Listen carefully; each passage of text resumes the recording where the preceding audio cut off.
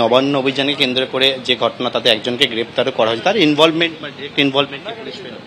হ্যাঁ, ওটা এই যারা আইডেন্টিফাইড হয়েছে ভিডিও ফুটেজ আমরা দেখেছি, যথেষ্ট প্রমাণ আমাদের কাছে অ্যাভেলেবল আছে।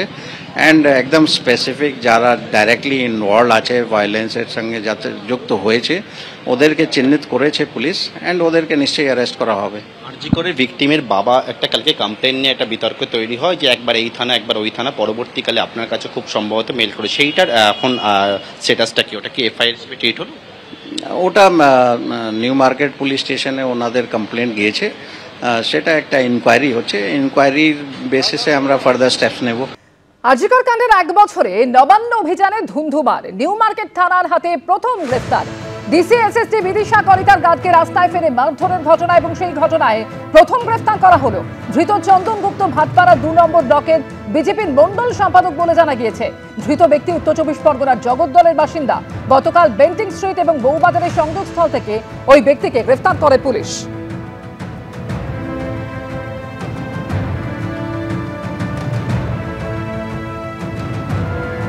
আজিকর কাণ্ডের 1 বছরের দিন নবান্ন অভিযান, এবং সেখানে ধুন্ধুমার বাঁধে নিউ মার্কেট থানার হাতে প্রথম গ্রেফতার ডিসি এসএসডি বিদিশা কলিতার গার্ডকে রাস্তায় ফেলে মারধরের ঘটনা, এবং সেই ঘটনাতে গ্রেফতার করা হলো চন্দন গুপ্তকে।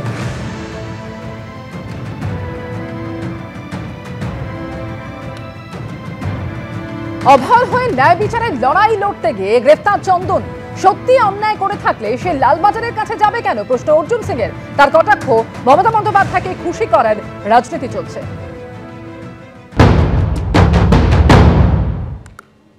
অভয়ার ন্যায় বিচার না পাওয়ার জন্য যে লড়াই শুরু করেছে অভয়া মা বাবা, আমাদের গর্বের ব্যাপার। আমাদের এলাকার কোনো ছেলে এই লড়াইতে গ্রেফতার হয়েছে। যদি চন্দন গুপ্তা ভুল করে থাকতো তাহলে কি লালবাজারে যেত? আর ব্যবসায়ী মানুষ নিজের কোনো বিজনেসের জন্য কিছু কিনতে গেছে, তাকে ওখান থেকে ধরে নিয়েছে, তো বহুত বাহাদুরি কাজ করেছে। এই মমতা ব্যানার্জিকে খুশি করার রাজনীতি চলছে। 15ই অগস্টের আগে রেড রোডের নিরাপত্তা ব্যবস্থা খতিয়ে দেখলেন কলকাতার পুলিশ কমিশনার। প্রস্তুতির কথা জানালেন আমাদের প্রতিনিধিকে। অভয়ের মা বাবার অভিযোগের তদন্ত হচ্ছে এমনও জানিয়েছেন পুলিশ কমিশনার।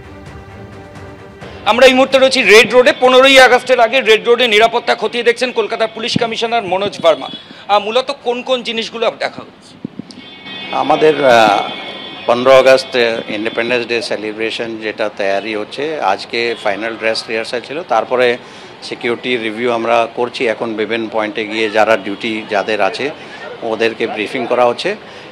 আগে থেকে যেসব পয়েন্ট আমাদের ছিল, অনেক সিকিউরিটি রিলেটেড ইস্যুস আছে, সেইগুলো আমরা ডিটেলসে সবাইকে বুঝিয়ে দিচ্ছি। অনেক ভিআইপির লোক আসবে, অনেক বিদেশ থেকে ফরেন ডিপ্লোম্যাটস ওরা আসবে, অনেক সাধারণ মানুষ আসবে, মহিলারা আসবেন, বাচ্চারা আসবেন।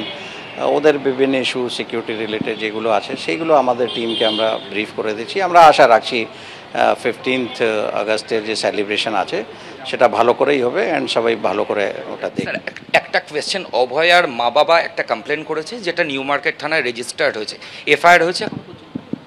ওটা ইনকোয়ারি স্টেজে আছে, ইনকোয়ারি তদন্ত হচ্ছে। মানে আমরা তো আগেই বলেছিলাম, কমপ্লেন তো গত পরশু দিন 11 তারিখে ওরা পাঠিয়েছিলেন বিকালে। তার আগেই আমাদের তদন্ত হচ্ছিল কি ইস্যু আছে, কিভাবে ইনজুরি হয়েছে, সেইগুলোর তদন্তেই। ওরা 0 এফআইআর, প্রথমে শেক্সপিয়ার সরণি, তারপর নিউ মার্কেট, এই নিয়ে একটা কমপ্লেন করছিল হ্যারাসমেন্টের, তারপর আপনাকে মেল করে ওটা ওই ইস্যুটা আমরা দেখেছি, অ্যান্ড ওটা আমরা অলরেডি নিউ মার্কেটে ইনস্ট্রাকশন দেওয়া হয়েছিল, তো ওখানে ডায়েরি হয়েছে অ্যান্ড ওর উপর ইনকোয়ারি হচ্ছে। লাস্ট কোয়েশ্চেন, ইনজুরিটা ওর মায়ের কোথায় হয়েছে এখনো কি আইডেন্টিফাই করা গেছে? কিভাবে হলো? এক্স্যাক্ট মুহূর্ত মানে কিভাবে ইনজুরি হলো কি সেটা আমরা এখনো পর্যন্ত দেখতে পাইনি, কিন্তু দেখা হচ্ছে। আমরা আশা করছি দ্যাট হয়তো আমরা এক্স্যাক্ট ফুটেজ পেয়ে যাব। কিন্তু যে অ্যালিগেশন ছিল, মানে যেটা আমরা প্রথমে দেখলাম, ওনার স্টেটমেন্ট ছিল দ্যাট রাস্তার উপর ফেলে 4-5 জন পুলিশ ওনাকে অ্যাসল্ট করেছে, সেরকম ফুটেজ আমরা কোনো পাইনি।